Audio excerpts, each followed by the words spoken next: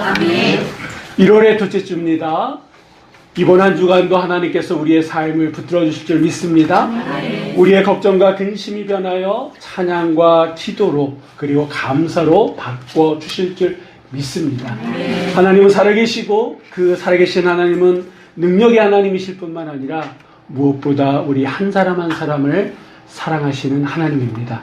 그 하나님께서 이번 한 주간도 여러분과 동행하는 은혜가 있으시기를 주의 이름으로 간절히 축원합니다. 아멘. 올해 우리 교회 표가 뭐라고요? 소망으로 인내하는 교회. 예, 소망으로 인내하는 교회, 소망으로 인내하는 성도. 이게 올 한 해 우리가 달려갈 길입니다. 제가 지난 시간에 이 표를 중심으로 말씀을 나눴고 오늘 이 시간에는요.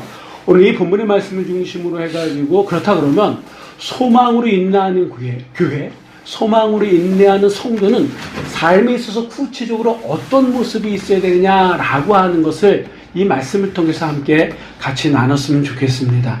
이 누가복음 15장에는요, 세 가지 비유가 나옵니다.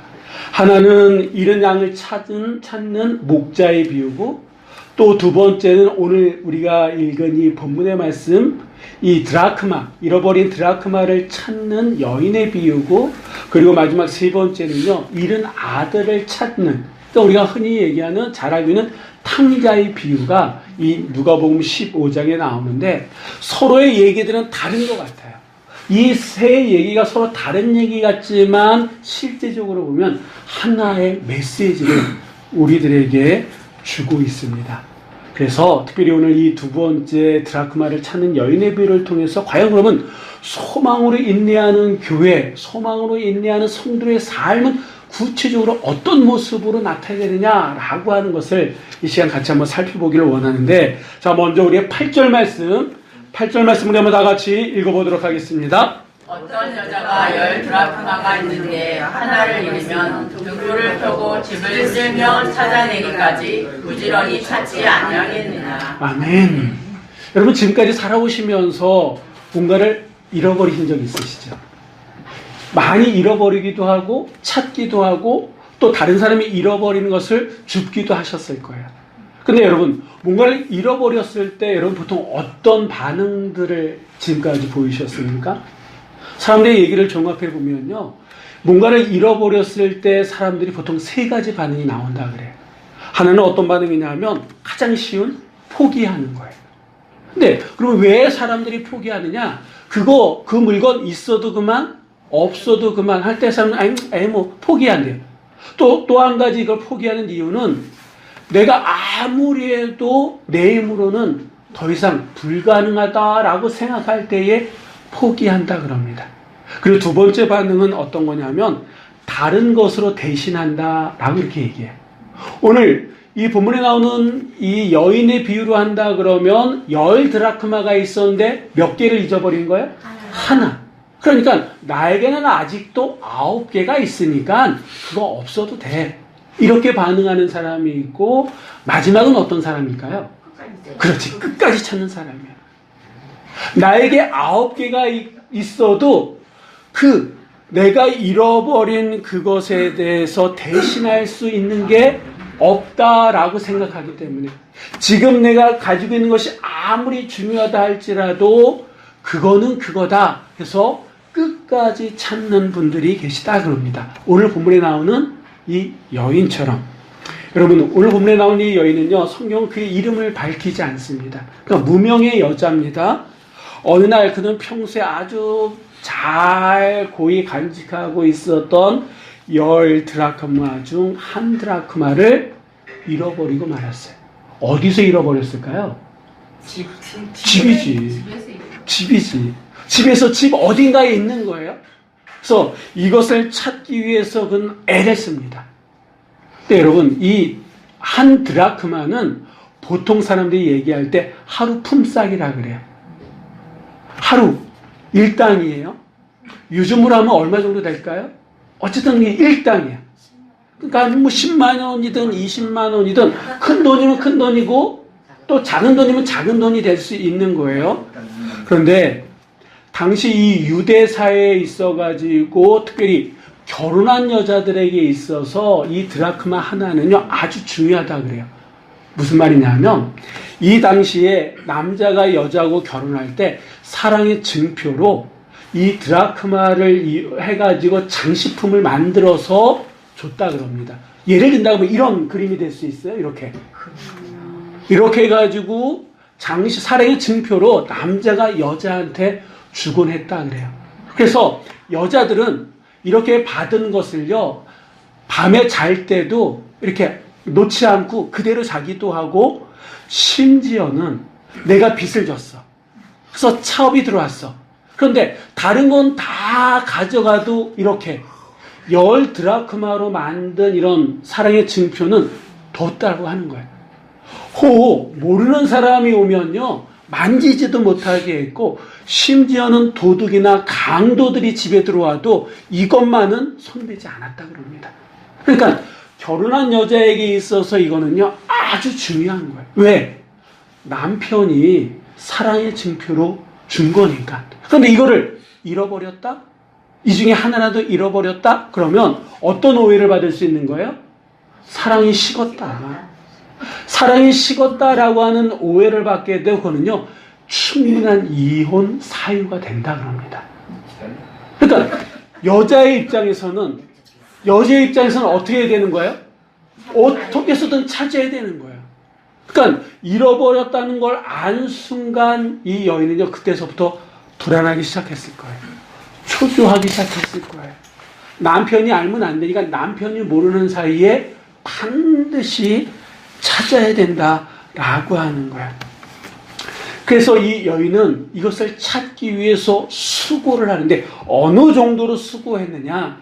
우리가 아까 읽었던 이 8절 말씀을 보면 세 가지 동사가 나오는데, 하나는 켜다, 불을 켜다, 또 하나는 쓸다, 그리고 다른 하나는 찾아내는 거예요. 근데 이 세 가지 동사가 이 원어에 보면 문법적으로 한 번, 두 번 하고 끝나는 것이 아니라 계속적으로 반복적으로 했다, 그런 의미가 있다 그래요. 그러니까 이 여인은요, 어떻게 한 거예요? 불을 켜고 그 다음부터 쓸기 시작했다는 거예요. 언제까지? 찾을 때까지. 찾을 때까지 계속 그것만을 생각하면서 끝까지 찾을 때까지 노력했다라고 하는 거예요. 근데 여러분, 우리가 이 당시 이 유대 사회의 서민들의 집 구조를 알면 이 여인의 이 수고가 얼마나 대단했는지를 더 알 수 있는데, 이 당시 유대 서민들의 집은요, 바닥이 진흙으로 되어 있대요. 진흙으로 되어 있고 거기에 짚을 깔았다 그럽니다. 그러니까 여러분, 이 여인이 남편이 있을 때 이렇게 했었을까요? 아니겠죠? 남편이 뭐 나가든 뭐 출근하든 그때 남편 없을 때에 안에 있는 세간살이들을 어쨌든 밖으로 옮기든 옮겨가지고 쓸기 시작했다. 근데 문제는 뭐냐 하면, 이 당시 집은 창문도 없거나 아니면 환기를 위해서 조그맣게 하나 정도 만들 정도였다고요. 그러면 창문이 없으면 집은 어떤 거예요? 껌껌한 거죠.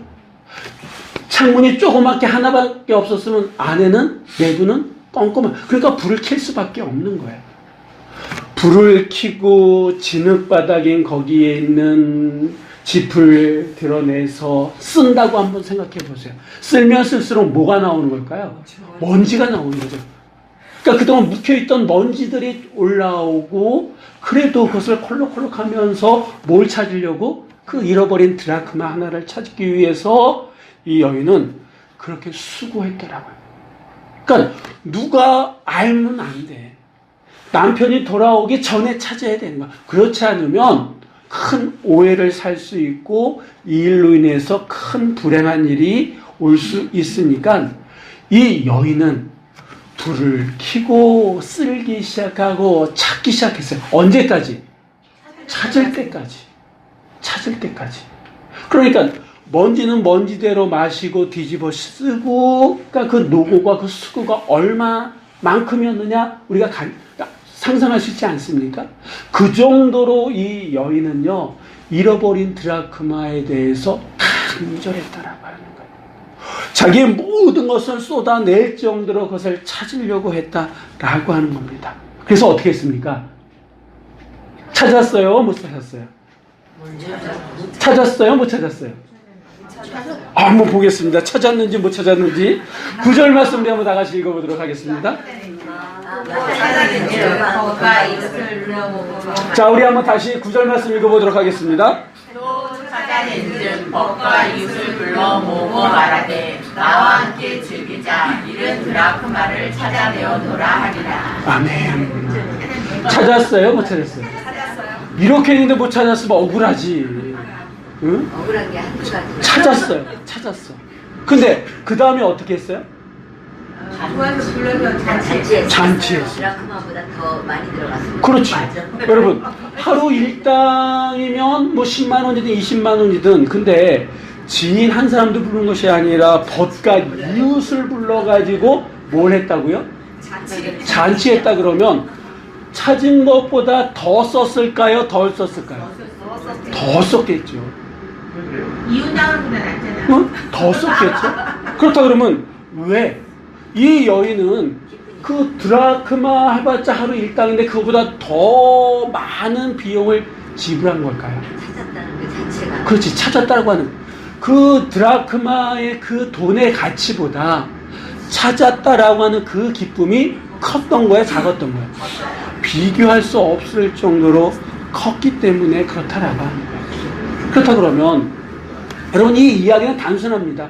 어떤 한 여인이 있었는데 남편이 준 결혼 사랑의 징표 가운데 10드라크마로 장식된 것 그 중에 하나를 잃어버린 거야. 그것을 찾기 위해서 정말 수고했고 찾아내가지고 사람들과 함께 기쁨을 나눴는데 잔치 벌일 정도로 기뻤다라고. 그러면 이 단순한 이 이야기가 우리에게 주는 메시지가 뭐냐라고. 이 이야기가 과연 소망으로 인내하는 우리 한 사람 한 사람, 우리 교회에게 주는 메시지가 뭐냐라고 하는 거예요. 자, 이제 결론 부분입니다. 우리 한번 10절 말씀 우리 한번 다 같이 읽어보도록 하겠습니다. 내가 너희에게 이르노니 그와 같이 죄인 한 사람이 회개하면 하나님의 사자들 앞에 기쁨이 되느니라. 아멘. 여러분, 이 말씀을 잘 한번 보세요. 비유의 말씀이에요. 자, 그러면 이 말씀을 보니까 내가 너희에게 이르노니 이와 같이 죄인 한 사람이 회개하면, 이 죄인 한 사람이 의미하는 게 뭘까요? 이게 무슨 비유예요? 드라크마. 그러니까 죄인 한 사람이 뭐라고요? 한 드라크마다라고 하는 거예요. 그 한 드라크마를, 그러니까 죄인 한 사람이 회개하면, 그러니까 찾으면 누가 기뻐한다고요? 하나님의 사자들 앞에서 기쁨이 되느니라. 그러니까 이게 말이죠. 뭐 하나님의 사자들 앞에서 기쁨이 되느니라. 이거는 쉽게 얘기하면 하나님이 기뻐하신다, 안 하신다? 기뻐하신다라고 하는 거예요. 그러니까 이 여인이 잃어버린 드라크마 하나를 찾아가지고 크게 기뻐해서 이웃과 벗들과 함께 잔치했던 것처럼 죄인 한 사람이 회개하고 돌아오면 누가 기뻐하신다? 하나님이 기뻐하신다라고 하는 거예요. 자, 그러면 죄인 한 사람이 누구냐라고 하는 거예요. 아까도 말씀드렸던 것처럼 여러분, 이 여인이 한 드라크마를 어디서 잃어버렸습니까? 집에서. 그러니까 이 여인의 집이 상징하는 게 뭐냐면 교회다라고 하는 거예요. 그러면 교회 안에도 여러분 죄인 한 사람이 있는 거예요, 없는 거예요? 있다라고 해요. 다시 얘기하면 잃어버린 한 드라크마와 같은 존재들이 있다라고 하는 거예요. 교회에 나오기는 나와요. 교회에 나오기는 나오는데 하나님 앞에서 사람 앞에서 숨겨진 존재들이 있는 거예요, 없는 거예요? 있다라고 하는 거예요. 조용히 신앙생활하는 게 아니라 정말 모양은 그리스도인인데 안에는, 알맹이에는 하나님 없이 사랑하는 사람들이 있다라고 하는 거예요. 주일마다 교회에 나와서 그 자리를 지키기는 하는데 하나님 없이 살아가는 사람들이 있다라고 하는 거예요. 그러니까 교회 안에도 잃어버린 드라크마와 같은 그런 사람들이 있다라고 하는 거예요. 근데 하나님의 기쁨은 어디에 있다라고요? 그들이 다시 하나님을 만날 때에. 누가 기뻐하신다? 하나님이 기뻐하신다라고 말씀하고 있습니다. 여러분, 이 여인이 한 드라크마를 찾는 그 모습 속에 우리는 누구의 모습을 발견해야 되냐면 예수님의 모습을 발견할 수 있어야 된다라고 하는 거예요. 무슨 말이냐? 이 여인이 그 드라크마를 찾기 위해서 어떻게 했습니까? 어두운 방 안을 불로 밝혔습니다. 그리고 세간살이 이것저것을 옮겨가면서 그 흙먼지 나는 방을 쓸기 시작했습니다.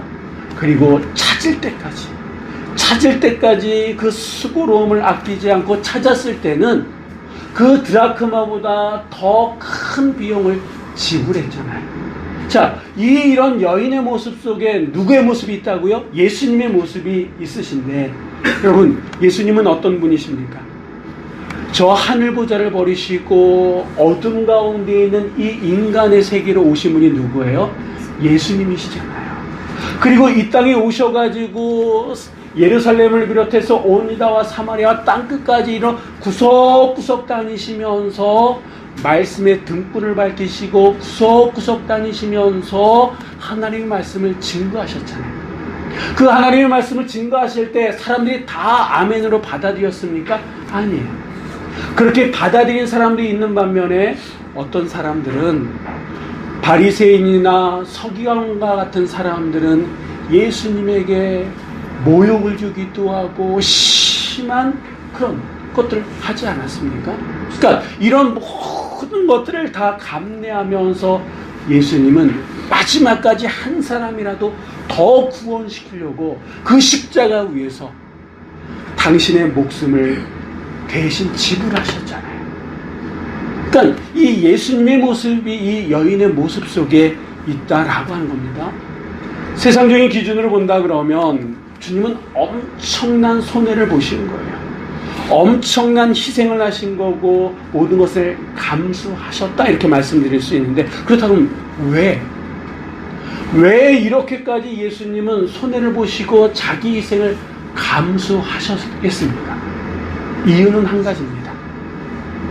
그렇게 해서라도 사람이 하나님을 알고 하나님 앞에 돌아온다 그러면 먼저는 그게 하나님께서 기뻐하실 일이고 그 일이 당신이 하실 일이다 라고 하는 것을 예수님은 아셨기 때문이다라고 합니다.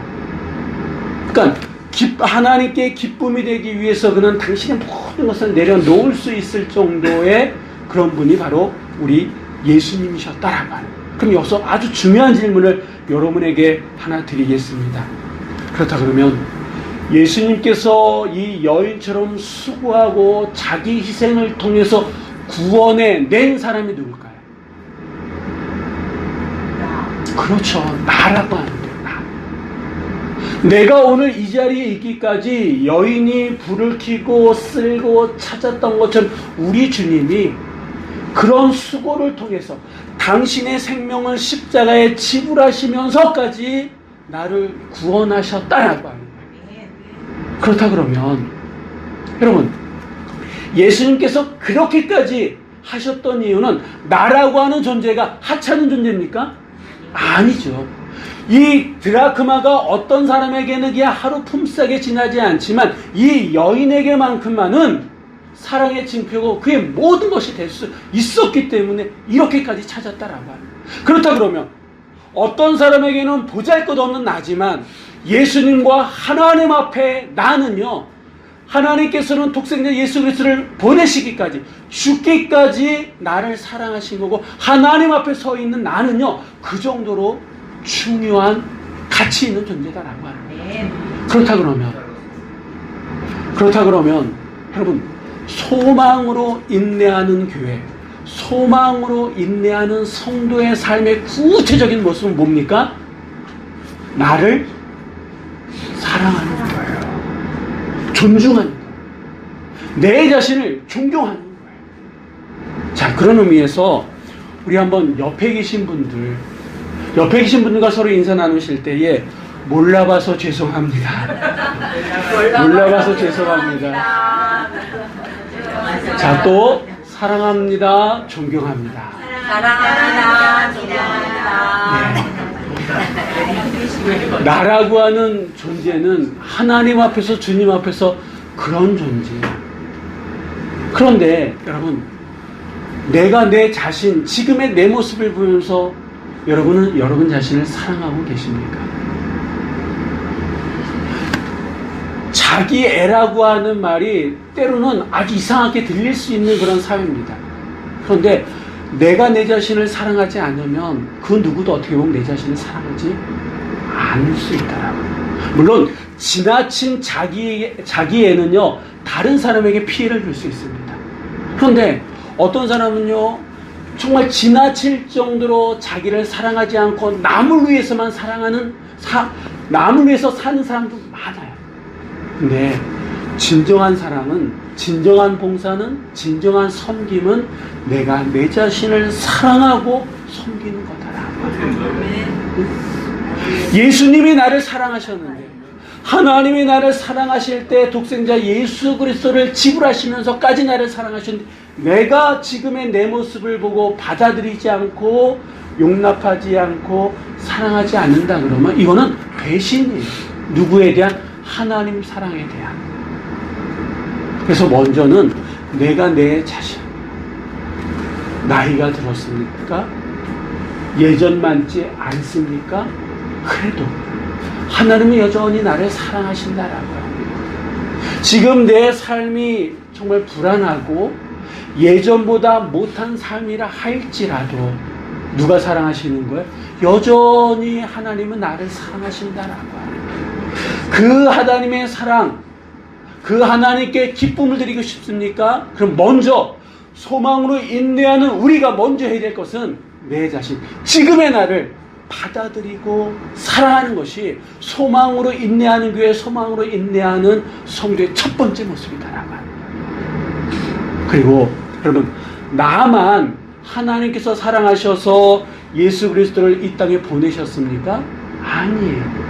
내가 이렇게 존귀한 존재인 것처럼 내 옆에 계신 분도 정말 누구보다도 존귀하고 하나님 앞에 사랑받는 분이다라고 하는 거예요. 그렇기 때문에 여러분, 내가 내 옆에 있는 분을 존경해야 돼요. 배려해야 돼요. 위해야 돼요. 사랑해야 돼요. 가족 안에서, 교회 안에서, 가까이 있는 사이 안에서 먼저 사랑하고 먼저 존중하고 먼저 존경하지 않고 어디 가서 우리가 사랑을 얘기할 수 있겠습니까?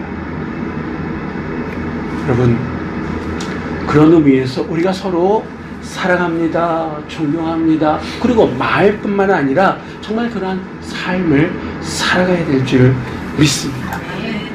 하나님이 원하시는 삶을 살기 원하십니까? 여러분, 내 자신을 사랑하시기 바랍니다. 하나님께 기쁨이 되는 삶을 살기 원하십니까? 있는 모습 그대로의 내 옆에 있는 우리 권사님, 내 옆에 있는 집사님, 내 옆에 있는 성도님, 내 옆에 있는 청년들의 모습 그대로 사랑하시기 바랍니다. 이거는 우리를 향한 하나님의 뜻이에요. 때로는 다른 사람보다 덜 건강할 수 있어요. 때로는 다른 사람보다 덜 가질 수도 있어요. 때로는 다른 사람보다 덜 젊을 수도 있어요. 다른 사람 앞에 내놓기 부끄러운 모습이 우리 안에 있지만 그 모습 그대로 하나님은 우리를 지금도 여전히 사랑하고 계시다라고. 하나님이 사랑하시는데 왜 우리가 우리 자신을 사랑하지 못하겠다라고 얘기하고 내 옆에 있는 분을 사랑할 수 없다라고 단정 짓고 계십니까? 우리가 정말 올 한 해 소망으로 인내하는 삶을 살기 원한다 그러면, 우리 교회가 소망으로 인내하는 교회가 되기 원한다 그러면 먼저는 내 자신을 사랑하고 그리고 내 옆에 있는 분들을 사랑할 때에 비로소 우리는 소망으로 인내하는 삶을 시작해 나갈 수 있음을 믿으시고, 때로는 내 기준에 내 눈에 성에 차지 않는, 만족을 주지 못하는 그런 내 자신이기도 하고 내 주변에 있는 사람들이라 할지라도 내 시야, 내 기준이 아니라 하나님의 눈, 하나님의 기준으로 믿음으로 바라보며 나아갈 때에 그것에 소망이 있고 그것에서 인내하며 우리는 하나님의 뜻을 이뤄가게 될 줄 믿습니다.